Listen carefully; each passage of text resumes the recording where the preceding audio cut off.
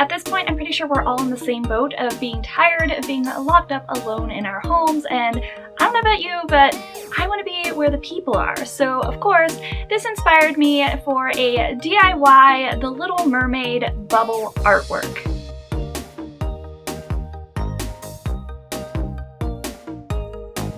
Lately, when I've gotten bored, I just dig through my craft supplies and make something, whether that's a drawing or a painting or more Mickey ears from my Etsy shop, whatever it is. So since I can't get to the Disney parks, I've decided to definitely try to bring in more Disney magic into my life.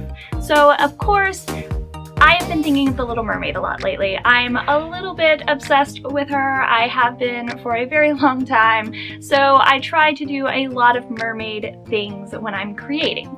Of course, because I have way too many art supplies, I had all of this on hand.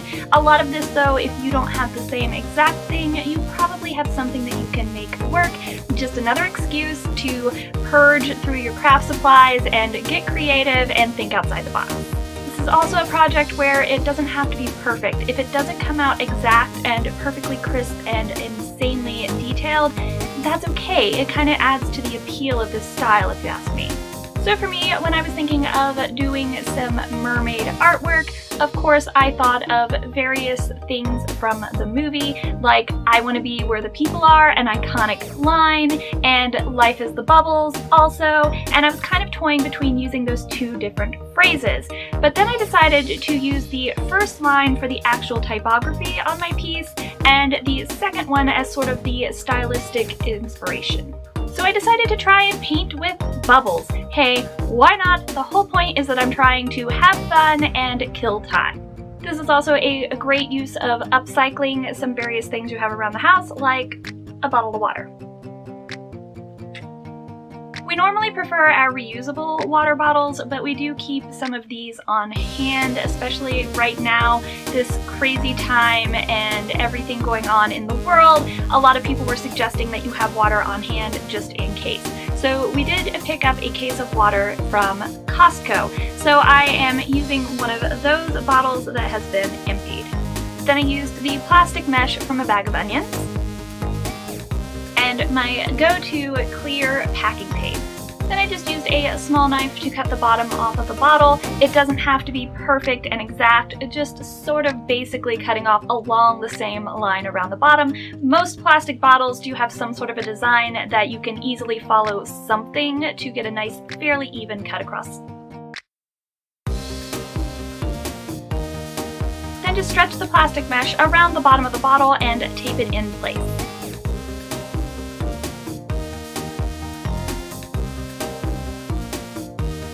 I don't usually work a lot in watercolors, but when I do, I definitely prefer the kind that come like acrylic and oils and basics in these little tubes rather than the little pads and trays of watercolors. That's just a personal preference. Whatever you have on hand though, paint-wise, that will dissolve in water, will be perfectly fine. Acrylic would probably work, and so would maybe food coloring if that's all you have. Again, this is all about experimentation and play and passing some time. You could definitely tell that I don't paint with watercolor very often because all my watercolors were pretty much dried out, but it doesn't matter because I just dissolve them in water anyway. Due to the lack of small children in my life, I don't have bubble solution on hand. If you do, you can just start off and use that and add whatever you're using for your color to that. I don't have that on hand, so I had to make my own. I mixed my bubbles and paint into these little Tupperware type containers that I have in my kitchen. They're the perfect size that the bottle fits just down into it with just a little bit of extra space. So I didn't have to make a ton of bubble solution to be able to put each color down into. This was just enough size that the bottle fit in with just a little bit of extra space, and I wouldn't have to make a ton of extra paint because it's a pretty small piece. It's just me. I don't need a lot of each color. If you have a whole crew of kiddos or adults or anybody that's doing this project, you might need a little more pigment. I didn't need a ton. So this was perfect. It's just big enough for the bottle to fit into, and you don't have to make a ton either. Just enough that you will know for a fact that the bottle is going down and getting the bottom mesh portion submerged in the pigment. So I just made a tiny little bit of each color by squirting just a little bit of regular dish soap into the bottom, around a tablespoon I'm gonna say, but I didn't exactly measure super detailed. And then I added the amount of water I wanted and just mixed that up. And then I added the different colors of watercolor to each container of soap water and just stirred those up. And of course, as you stir, you're gonna start to see some bubbles.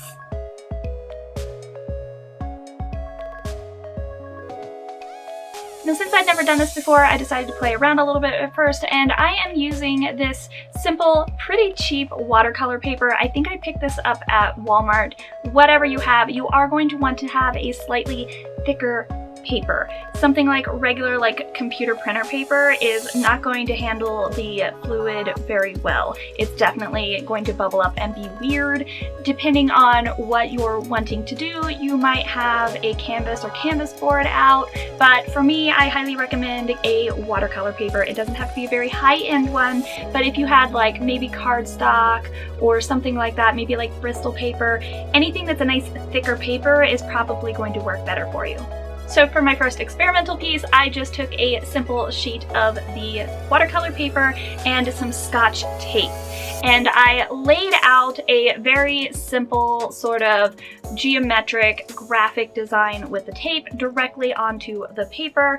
And then I decided to start playing around with a couple of the colors. You can really play around and get some different looks with this. If you apply two colors very close to each other when the first color is still wet, then the two colors will obviously blend a little bit because you are talking about water. But if you let the first color completely dry and then you apply the second color over top of that, you'll get more distinct color shapes and areas. So that's totally up to what kind of a look you're going for. For my first piece, I knew I definitely wanted to use my Cricut and cut a very specific stencil out of vinyl. But if you don't have the Cricut on hand, it definitely was still very fun just playing around with the tape and the watercolor paper. Now, I will say the tape obviously did not hold super duper well. There's definitely a lot of bleeding. But again, that watery feel and look that I was definitely going for with this project, I don't hate that. I don't care that it's not perfect everywhere. If you use a stickier tape, perhaps you will get a different look. You could definitely play around with that, maybe try all kinds of different tapes and stickers and different things that you have on hand and see what the end effect ends up being. Now that I'd done my test piece, I was ready to move on to my final piece of artwork, and I started by cutting my mermaid artwork out of a piece of scrap vinyl in a color that I knew I wasn't likely to use at any point in the near future. Because you're using this as a stencil, if you have any typography like I did, you don't want to mirror your cut. Definitely just cut it plain, no mirror. I wanted to make sure that I had a lot of the color applied to the paper, so I went ahead and I peeled out the negative spaces of the letters. So the little triangle in an A, the center circle from the O. So instead of just a ring for an O, I had a whole circle. That way I would get more color on the final piece.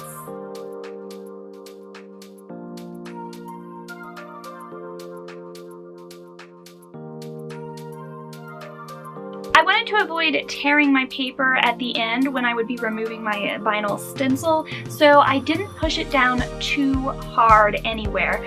I was okay with that because from my little test piece, I knew that increased the chances of me having areas that would run outside of my stencil, but I kind of like that. Again, it feels very soft and flowy, and water just makes sense with mermaids.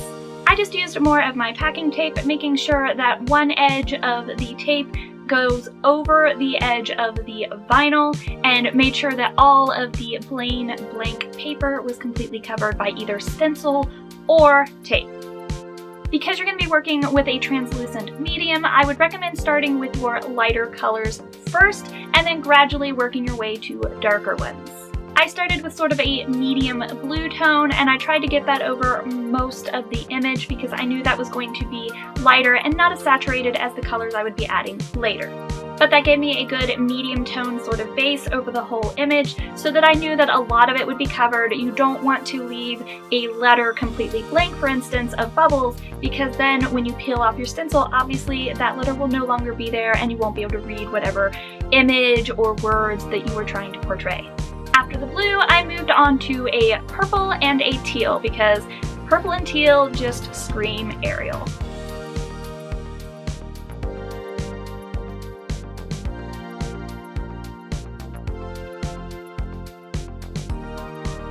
Once I had all my colors and bubbles applied to the paper, I just let that dry for a little while before finally peeling off the tape and my stencil.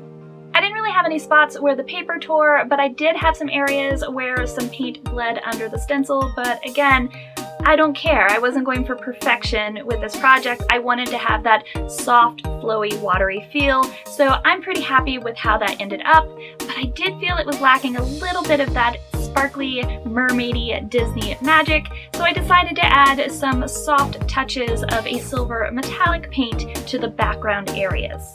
I've used this paint before, so I knew that it wasn't super opaque, so if I did go over some of my watercolory areas, it wasn't going to hurt the overall feel, so I did try to avoid that, but if it happened, it wasn't a big deal. And then I just dabbed little bits of silver in various random little areas around the background portion of the image. So if you have everything that I used, you can have a very planned out and methodical piece, or if you're a little more limited on supplies, you can definitely go a little bit crazy and do something much more abstract and fun. And there's definitely two different difficulty levels here, so you can have fun for all ages, I feel. Definitely a fun project. It was a good way to spend a couple hours one day and kill some of this time in quarantine. I hope you found this inspiring and helpful. If you did, please like down below and be sure to subscribe and ring the bell for notifications. I upload a new video every Monday and Thursday. Have a beautiful day and I'll see you next time.